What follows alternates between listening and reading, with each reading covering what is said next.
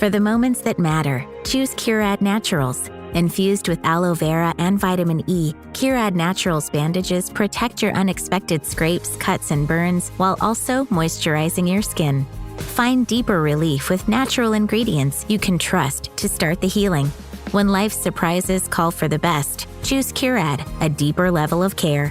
Shop the full collection on Amazon or visit curad.com to learn more.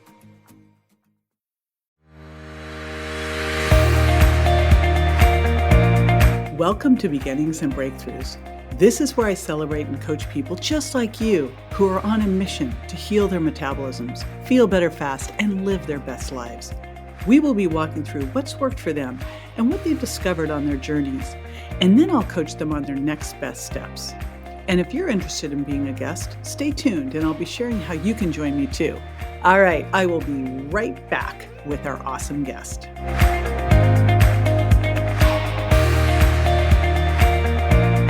Today's podcast may feel a little different to you. And what this podcast is today is a story of hope and transformation that's going to blow your mind. And I am so excited about sharing my friend Jennifer Love with you, because I remember it was just like a year and a half ago when this whole thing went down, and she was bucked off a horse. And literally, I remember getting the information, I'm trying to think that night or the next morning, that she'd been bucked off the horse, crushed her spine. Doctors were saying she was never going to walk again. She was in surgery. And the community that she's in with me, it's a female founders community, we all just leaned in. Like, how can we support you? What do we need to do? And what was interesting about that community is no one was like, oh no, poor you. We were like, all right, you're going to be stronger than before. You've got this. How can we support you best? And everyone just leaned in, and everyone leaned in with their expertise.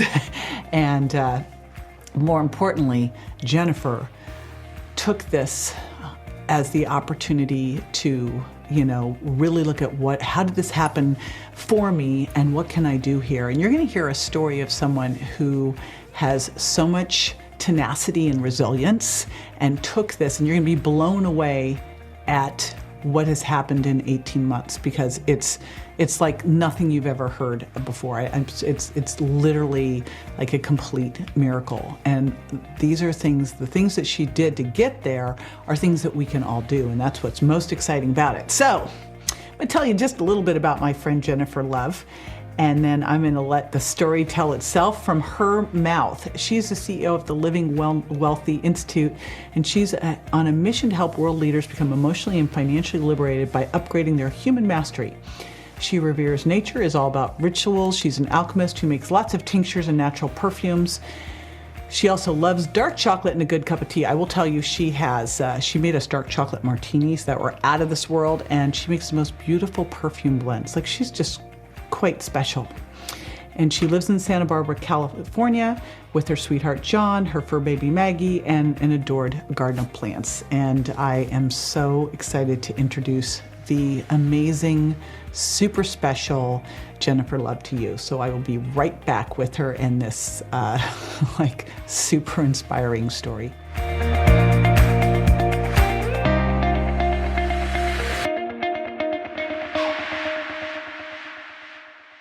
Adobe Firefly is the all-in-one creative studio with AI-powered image and video editing for today's creative process. Built for creators of every kind, Firefly helps you generate, edit, and experiment fast. Because the asks aren't getting smaller, the budgets aren't getting bigger, and the timelines, still tight. With all the best creative AI models in one place, Firefly brings your ideas to life. Unlock a better way to make with Adobe Firefly. Jennifer Love, I cannot wait to share your story. Yeah. It's quite the story. All I have to tell you listening is if you're out running or anything, you might just want to sit down.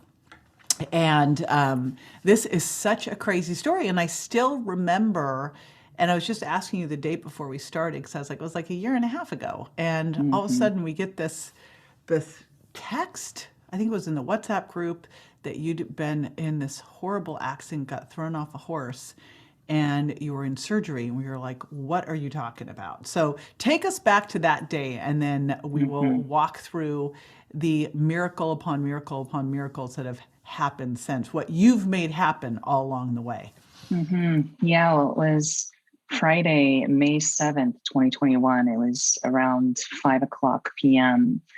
and I was bucked off the horse, and the impact of that crushed my spine at the L2, L3, L4 range and ushered in cauda equina syndrome, which is an interruption of the Bader and Blau and sexual functioning and sensations. So I was rushed in to emergency and rushed in for emergency surgery the next morning at 11:30 a.m. And during that time, I was told that I had a 10% chance of ever walking again. And I was told that the best chance for walking was to have an emergency surgery and a spinal fusion that was all rearranging, my spinal nerves coming off the spinal cord. And that was all locked into place, JJ, as you know, with 2 titanium rods and 8 screws. And so I was in the hospital for about 5 days and then went into rehab hospital for 9 days. And I was told during that time that if I did ever walk again, it was going to take me 1 year to 2 years to be able to get some level of leg use. I'm really glad you're not a good listener.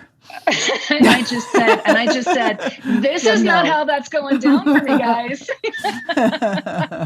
and I said, no. I said no. 13 days later, I walked out of that rehab hospital off of narcotics and at a pain threshold of less than 4, which was an absolute miracle. And what did your doctor say at that point? Because I mean, that already, at the first part of like, there's a 10% chance that you'll ever walk again. I'm like, okay, well, that's not 0, and so you already had proven that first one, and then this whole thing of like, well, maybe if you're lucky in 2 years, and then you're up and out. What did that first doctor say at that point? So Dr. Derek Moore, incredible surgeon, one of the top, certainly here in Santa Barbara. He just kept encouraging me. He kept pushing me, and saying, "You can do this. You can do this." I really took on the energy, JJ, that my mother had. It was like she cast a spell upon me when I was really young. She said, "You can do whatever you put your mind to." And I really stepped into that belief system. Now, Dr. Lee, who was the doctor in the rehab hospital, he's like, "I don't know how you're doing this." He would walk in because I was weaning myself off of the narcotics. He's like, Jennifer, I don't know how you're doing this. Took myself off of the ketamine. And then I took myself off of the Oxycontin. He's like, how are you doing this?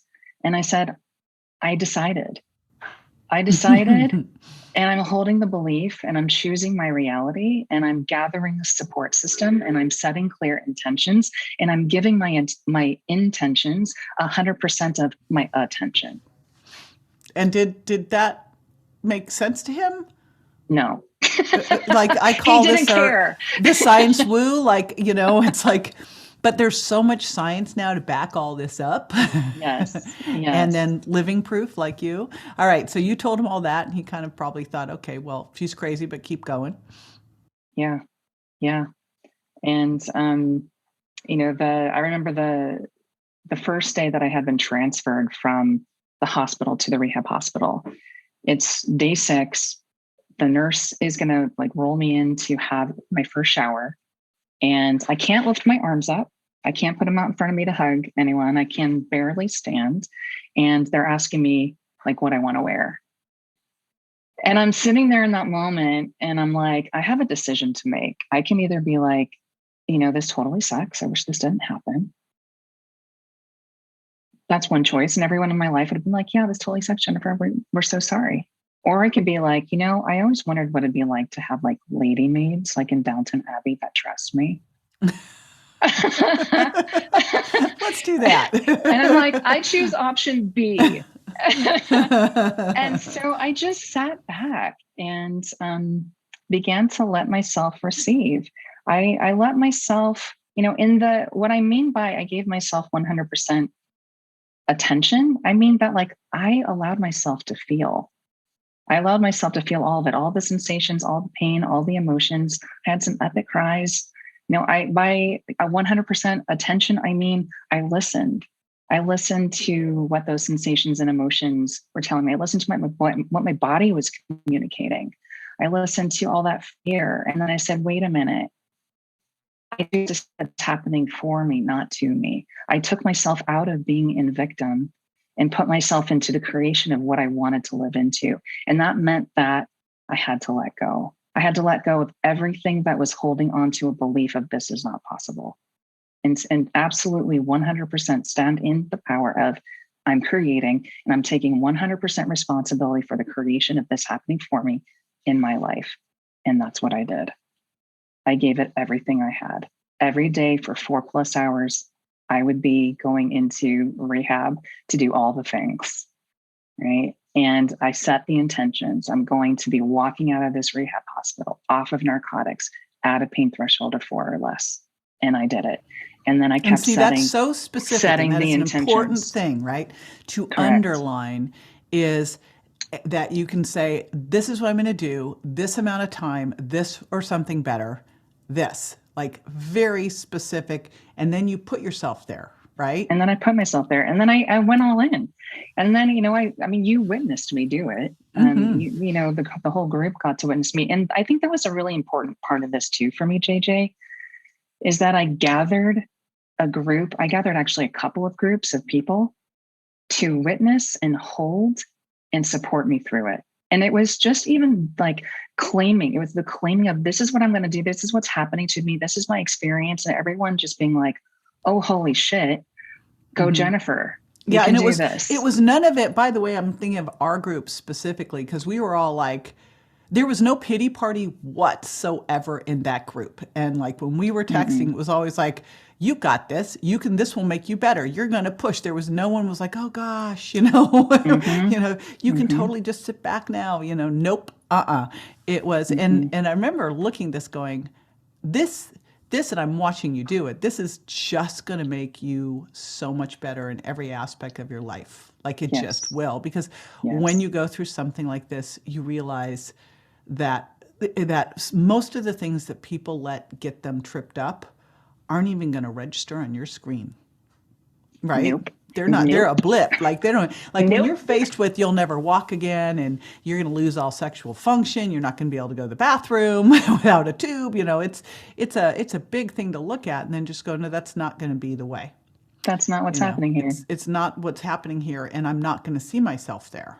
Correct. And I'm going to see myself and the important thing is getting such a clear vision and such clear intentions, but then also, because I see this, I think one of the challenges with like a lot of this is that people have a very clear intention and then sit down.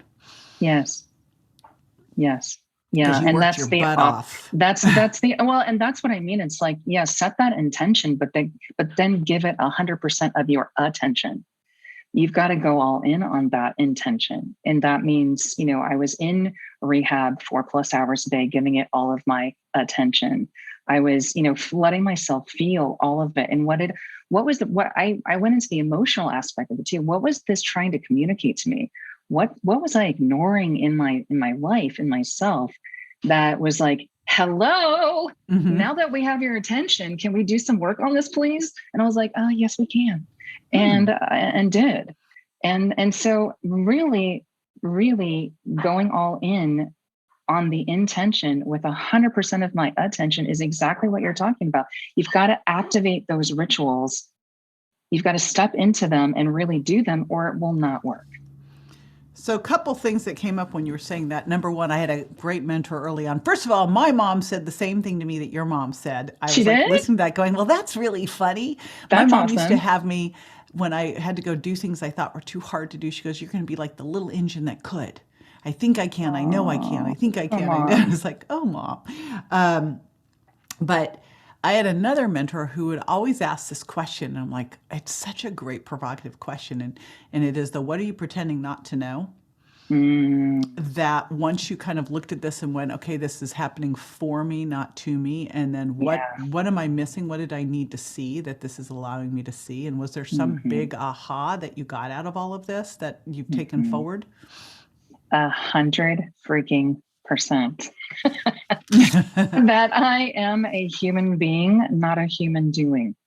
Um, and that the power that I have to create the life that I want to step into is absolutely in my responsibility and control. And I knew that I was living that ish, JJ. I was living it ish and practicing it ish. And I fully stepped into the ownership of my life and in all of the ways. I had, I know you have your own story. I have my own, growing up childhood stories. And I had to do some shedding of what I call the three-headed drama llama. That I was still kind of on the stage playing out in my life in some ways. And so through this initiation, I call it, that three-headed drama llama, I had to retire the show and pick up creating the life that I actually really want to be living. What's true for me, and get rid of the bullshit. So in order to heal, like walk me through the things that you did. I know I was like, here, take these things, but like walk me through what it looked like to come back from that, and then where you are now in terms of, because you mentioned rituals, like how has this impacted how you live your life now? So let's go back to what did you do to heal, and then what is carried into like how you now are. Well, first I decided, so there's a decision that we have to make. I decided that this was going to happen. And I rooted myself deeply in the belief that I can do anything I put my mind to. And thanks, Mom, for installing that. And then I gathered a circle of people to witness, hold, and support me. And then I set the intentions. And I went and gave those intentions 100% of my intentions. But what that really meant is I had to feel. I had to go feel all of it. I had to welcome the pain rather than resist it. It's so easy in our life, whatever aspect it is in ourselves, whether it's pain, emotional or physical pain, like to want to like put up a resistance, to put up a wall to it. And I'm like, no, I welcome it all in. I welcome it all here. And through that, it was amazing because I would go welcome the pain in my body. I would go meet it, literally go to the spot in my spine where I was like literally radiating that sensation of pain. And I would welcome it. And to welcome it, I had to relax it. To relax it, it would just slide. It literally would slide. It moved. And then guess what, JJ? It was no longer pain. And I would practice that hundreds of times and I'd pass out because I would be exhausted after. So there's lots of visualizing. And then I was letting go of it. I was putting down all the things all the stories, all the things that I had held on to, that I was afraid of for so long. I had a bunch of people in my life, including my brother, who's an attorney gone judge. He's like, oh, you need to go sue. You need to go sue these people, and I'm like, sue a horse? What are you talking? Thank you for your, lovely, litigious, intention. I'm not taking that on. And that was really it. It's like, I'm listening to everyone, the doctors, the rehab folks, the people in my life. And I'm like, yes, thank you. And that's going right over me. Like being a witness to other people's limitations and not taking that on for myself, and taking full 100% responsibility that this is my work to do. I will do it. It's not anyone else's, but I can be held and contained in it. This is happening for me. So I went digging for like the gold every day. I was digging for the gold of like, how is this a gift for me? What is this doing for me? JJ, there's a whole documentary coming from this, of a whole restorative justice process, a self-justice process, like what I've done for myself, but also the ripple effect of what this is doing now. I'm in conversation with the ranch and the owners. Now I'm in conversation with the rehab system for how we're putting limitations on people during this rehab system, and that we don't need to do that, right? And how I got yelled at during the rehab. So when my son was in the second hospital, well, in the first hospital, as you know, I just was sneaking everything in and doing stuff. And they were like, what are you doing? And, I brought in like popsicles so he could start to taste, and balls so he could say all sorts of stuff to get him waking up. But at the second hospital, they had a gym there, and I was like, in between, I would pull them out into that gym and I had them doing push-ups. And then they're like, you cannot do this. And I'm like, but he needs to be challenged. Like Yes. he needs to, you're sitting here telling him all the things he can't Yes. do. Yes, Like that's right. let's push him. Stop He it. needs to be pushed. Exactly. Yeah. Like we're never better than when we're challenged. Come on. Exactly. Like they told us Exactly. he would never, like, don't put him in the pool. So we took him out and took him to an Olympic-sized pool and put him in the pool. And there he is swimming across the pool, and we're like taking videos going, see, Yeah. So I had a great mentor who was like, the only limitations are the limitations in your mind. And I think Yes. that, I called Grant walking hope. You have to have hope, and you just need the 1%. They gave you 10%. You just needed 1, as long as it wasn't 0, right? You just needed some percentage that you could do it, that you could grab onto that. And then Yes. the bigger thing that you really talk about is like then surrounding yourself with people who see that way too, because as you probably noticed, there are a lot of people who have so much fear that you'll fail that they don't want to support it. And I think that's where the medical system, they have to prepare you for the worst so that they don't get sued. That's the only reason I can think of that they remove the hope. And this is what I'm talking about, JJ. This is the restorative justice piece that I'm stepping into with it, because if we're coming from that kind of a framework with so many people that need support and belief system where they can step into and out of limitation, we can't be holding on to an old framework of I'm afraid of being sued. And so my brother's a judge, right? So we're having conversations about this. But, I bet.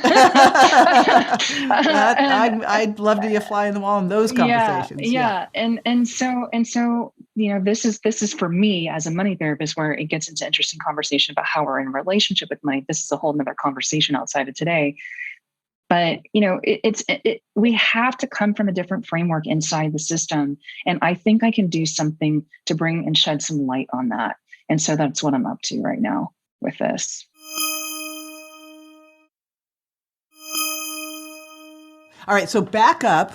We're going to actually get into some brass tacks, because the important thing, and as you're listening, and if you've heard my story with Grant, it all starts. Everything's created twice. You've heard Mary Morrissey talk about this, first in your mind's eye and then in the 3D world. And you've got to start with that belief, that belief that this would be the best thing that ever happened to you, the belief that you can be 110%, those. And I know when you and I were pinging, I'm like, this is going to be great. It's like, you're going to be amazing. You're going to hike up the hill with me. I know it. And, so the mindset thing, clearly, like, you have it in spades, like you've got that piece. But then you did a lot of stuff through rehab. But what else did you do? Because I know you were doing nutrition stuff. What else? Like, walk us through all the different things you did, because people want to know. They're like, what'd you take? What'd you eat? Yeah, I was waking up every morning in that rehab bed, and I was visualizing. So I was taking what I would imagine a whole white light, like a laser, like in like Star Wars. Like I had my own, little Star Wars thing, and I was like literally taking it and I was sewing up every little thread of my spine. And so I was visualizing this white light was literally sewing up my spine. So I was meditating, I was visualizing, I was breathing, lots and lots of ritual supplements. You were super generous and sent me a ton of stuff that even the doctors, and they were like, we're not supposed to have this stuff. I'm like, I'm taking it. I'm taking it. And he's like, well, he was like, hide it. And I was like, fine. I was journaling, I was having conversations. I was documenting my progress. I was setting an intention, and while in the rehab, we all knew what I was doing. I was going to walk out, and I walked out with a rollator. And then I set another intention. I was like, okay, by the end of June, I'm going to be able to do a 90-minute nature walk. Okay. By the end of August, I'm going to be able to dance. Okay. By the end of October, I'm going hiking with you and some of our other gal pals. Right. And that wasn't like, by the way, this was hiking. I'm talking uphill. This was not like we're going for a walk. Holy moly. This is like kind of walk. Uphill. Hike. Yeah. Yeah. And it took me a little longer than everyone else, but I did it.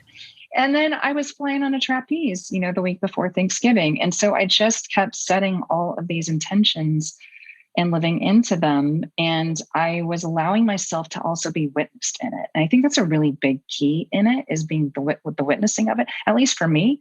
But all the while, I was also deeply listening. So I had a practice of listening. My morning ritual had gone from 1 hour a day. It's now 4 hours a day, JJ. I'm up at 4:30 to 5 a.m. And yeah, I'm in ritual for 4 hours a day now. And I take it really serious. So and what I've do you also, do? Walk us through that 4 hours. Well, it's a little bit different every day, depending upon what I need. I'm doing a self-empathy practice. I'm setting my energy fields. I'm meditating. I'm journaling. I'm doing my gratitudes. I'm doing my breathing. I'm doing lots of journaling. Any energy leaks. I'm searching for any energy leak, and then I clear them. I do whatever I need to do to clear those energy leaks. Maybe it's a clearing letter of some sort. Maybe it's a conversation that needs to happen. And I'm also getting myself into a state of play. And so how can I get into, energy and play? One of the things I love to do, and this comes from me since I was a little girl, I love to make sounds and like accents. And so I'll get on and have a good morning conversation with my sweetheart, and we'll just play, and I'll be making all these weird, like, little country bumpkin or like ghetto valley girl or, whatever it is. And I'm getting into a play mode. So it's lots of things. Sometimes maybe I'm having a challenging time accessing what's happening for me. So I'll go into a self-empathy practice. Self-empathy, like, okay, what's the situation? What are the sensations in my body? What's the emotions that are going along with those sensations? And what are they communicating to me? What's my thought process? And what are the needs that I have underneath that? And what can I do right now in this moment to either fulfill those needs for myself or make a request of someone else to help me get those needs met? Not demands, requests. So those are the kinds of things that I'm doing in my morning ritual. Now I'm also going to bed and I have ritual. Some of that includes reading myths, doing more meditation and breath work, but also literally asking a question. Maybe I want to know something. Maybe I'm trying to process through something. And so I invite my subconscious, my dream world, to do the work for me. My mom also used to say, in addition to you can do whatever you put your mind to, and that I came out running and I never met a stranger. She also said that I used to work all my problems out in my sleep. And so now I literally take questions into my sleep state, into that sleep realm, and I'll ask a simple question, and I'll invite the universe to help me work it out, so that when I wake up in that liminal state in the morning, which is my favorite time, that's when all the downloads happen, I receive all the information and intelligence that I need with ease. That's what I do. So a couple weeks ago, God, it wasn't even a couple weeks ago, wasn't it? Last week? Was it last week? 2 weeks ago, maybe. You posted something in our group, which I wonder what the percentage of people this ever even happens to are. Is it like 0.1? So tell us what the surgery you just went through. Which I said at first, you're a bionic woman. I go, no, you're an unbionic woman. Yeah. So, Dr. Moore is like, you're a walking medical anomaly. I had the 2 titanium rods and 8 screws put in my spine in May of 2021. And the healing process has gone so fast and so well and Dr. Moore is awesome.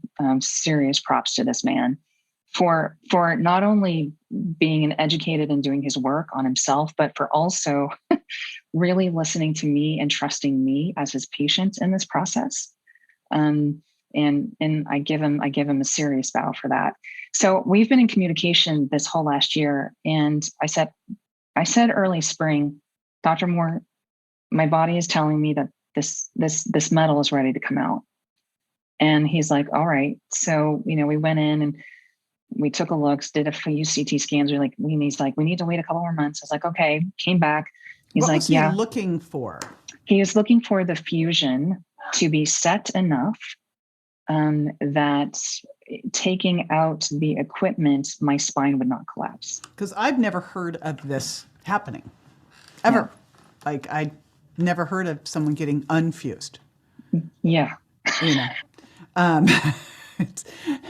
Usually when you get fused, it starts a whole process of bad, because now Correct. You destabilize, the joints above and below the fusion, and then you tend to blow those out, and it just becomes like, a mess. So I Correct. never heard this before. So Yeah. Well, his assistant, who I also became close to during this whole last year, he said, Jennifer, I've never seen Dr. Derek Moore do this removal surgery in the 5 years that I've been working for him. And I was like, oh, okay, well, I'm not going to take on any fear of that, but cool. That's, I get this is a rare situation of what we're doing here. And, Derek and I, we made a pact. He was like, listen, I'm going to pull the stuff out and, I'm going to keep you for several hours and we're going to see how it all just starts to settle. And if there's any movement, he took me downstairs to do a bunch of x-rays. And he's like, if I see any movement, I'm going to have to go back in and put a couple screws. And I was like, deal. So we did. That's what we did. And you know what? Don't need the screws. I'm good to go. So he did the surgery and he said if there's any movement, but you were under at that time, right? Or not? Well, I went under during the surgery, but they kept me. I didn't stay overnight for, post the second surgery. But he kept me for several hours in the hospital post surgery. So it was about a 3.5 hour, 4 hour surgery. The second time, the first one was like almost 9 hours. The second one was like 3.5, 4 hours. And so he kept me and, wait until came back from post-op. And then a few hours later took me down for the x-rays to see if things were moving or not. They weren't. We were good to go. But then he put me in a back brace. Going down to the x-rays. Yeah. What was going through your mind? Well, I did a lot even going into the surgery, JJ, because I invited in a healing circle that morning. And I wrote out some intentions that the surgeon, the anesthesiologist, and one of the nurses read out loud. So they each took a turn and read these affirmations. And I made a playlist. I'm so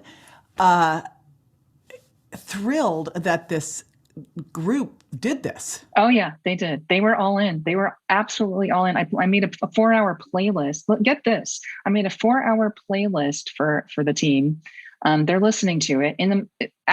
After Dr. Moore, after post-op and Dr. Moore comes into my room before he's rolling me down to, do the x-rays, he comes in, he sneaks in, everyone's gone.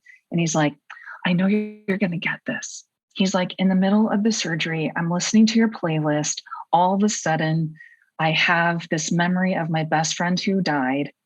And he's like, I start grieving my best friend. And so he's like, so I switched over to my best friend's music and I just let myself grieve as I'm doing the surgery. And I'm like, holy shit, that's amazing. I'm so happy for you.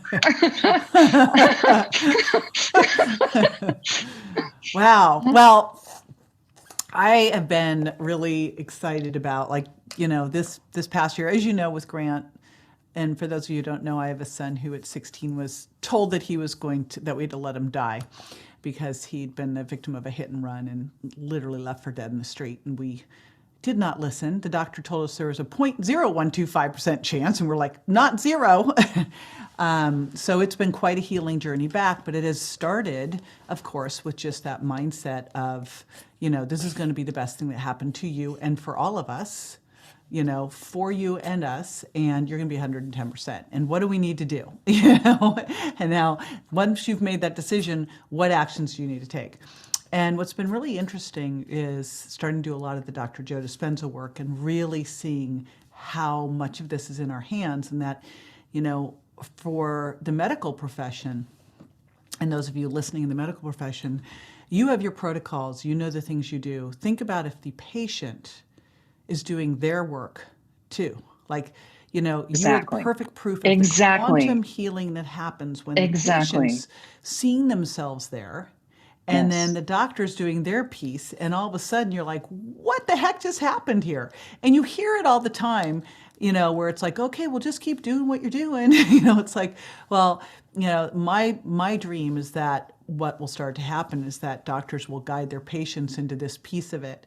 Because if the patient can see themselves healed and they see where they're going to be, and then the doctor's giving them what they need to do on their end, it's like, it becomes like, it becomes an exponential effect. So that's my dream. That's You're my an dream example too. of it, because Yes. you're exactly what happens when you do this, right? And That's right. the fact that you had a doctor crew around that went all in with you just is so cool. It's so Yeah. cool. Yeah. So Yeah. it's fantastic. And that's really my wish for everybody listening, because I think Yes. the last couple of years we've just lost hope. And without hope, we got nothing. Nothing. And, it's like but if you look around, there's miracles everywhere. There just are. Yes. And the Yes. thing, when you start to look at all this stuff, you realize how much of that can come from within. So That's I love your exactly story right. so much, and I love you, and it just makes me so thrilled, like just to see how you've taken this, and what I'm really excited about is where you're going to go with it, because we all Yeah. know this happened for a big reason and a big purpose. Yeah. Yeah. Exactly. Thanks, JJ. Yeah. Yeah. I'm taking this out to share. This is not just for me. This is for all. Yep. Yeah. Yeah.